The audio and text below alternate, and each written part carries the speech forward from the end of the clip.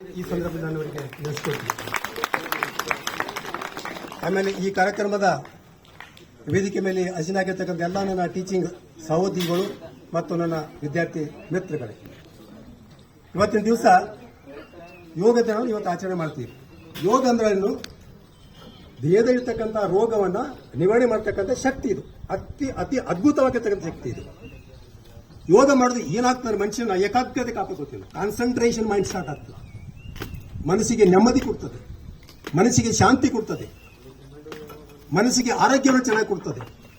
ಇಂಥದ್ದು ಯೋಗವನ್ನ ನೀವು ಯಾವ ಡಾಕ್ಟರ್ಗಳು ಹೋಲಿಸೋಕೆ ಇಂಥ ಯೋಗ ನಿಮ್ಗೆ ಹೇಳ್ಕೊಡೋದಿಲ್ಲ. ಯೋಗ ಇವತ್ತು ಮಾಡೋದು ಸಾಲದು, ಪ್ರತಿನಿತ್ಯ ಮಾಡಬೇಕು. ಊಟ ಇಲ್ಲದೆ ಮಾಡಬೇಕು. ಇವತ್ತು ಊಟ ಹಿಡಿದು ನಾವು ಹೇಗೆ ಮಾಡ್ಕೊಂಡಿವಿ. ಈಗಾಗಲೇ ಎಲ್ಲ ಚೆನ್ನಾಗಿ ಊಟ ಬೆಂಡ್ ಆಗ್ತಾ ಇಲ್ಲ.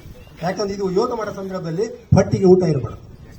ಹೊಟ್ಟಿಗೆ ಊಟ ಇಲ್ಲದಿದ್ರೆ ಏನಾಗ್ತದೆ, ಆರೋಗ್ಯ ಚೆನ್ನಾಗಾಗ್ತದೆ. ಆಮೇಲೆ ನರನಾಡಿಗಳು ಚೆನ್ನಾಗಿ ವರ್ಕೌಟ್ ಮಾಡ್ತಾರೆ, ಕೆಲಸ ಮಾಡ್ತಾರೆ, ಸ್ನಾಯುಗಳು. ಆದರೂ ಇವತ್ತು ನಾವು ನಿನ್ನೆ ಬೆಳಗ್ಗೆ ನಿಮಗೆ 9 ಗಂಟೆ ಬರ್ಲಿಕ್ಕೆ ಹೇಳಿದ್ರು, ಆದರೂ 10 ಗಂಟೆ ಬಂದಿರಿ ನೀವು, ಪರವಾಗಿಲ್ಲ.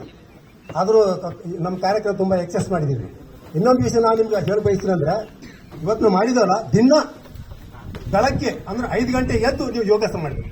ದಿನ ಪ್ರತಿಯೊಬ್ಬರು ನೀವು ಮಾಡಿ ನನಗೆ ತಕ್ಷಣ ನಂಗೆ ಇನ್ಫಾರ್ಮೇಶನ್ ಮಾಡಬೇಕು. ನೀವು ಸರ್ ಇವತ್ತು ನಾನು ಮಾಡಿ 5 ಗಂಟೆಗೆ ಪ್ರತಿಯೊಬ್ಬರು 5 ಗಂಟೆಗೆ ಹೇಳ್ಬೇಕು. ಎಲ್ಲರೂ 5 ಗಂಟೆಗೆ ಹೇಳ್ಬೇಕು. 5 ಗಂಟೆ ಆಯ್ತಾರೆ ಆರೋಗ್ಯಕಾರ ಇರ್ತಾನೆ ಯಾವತ್ತು.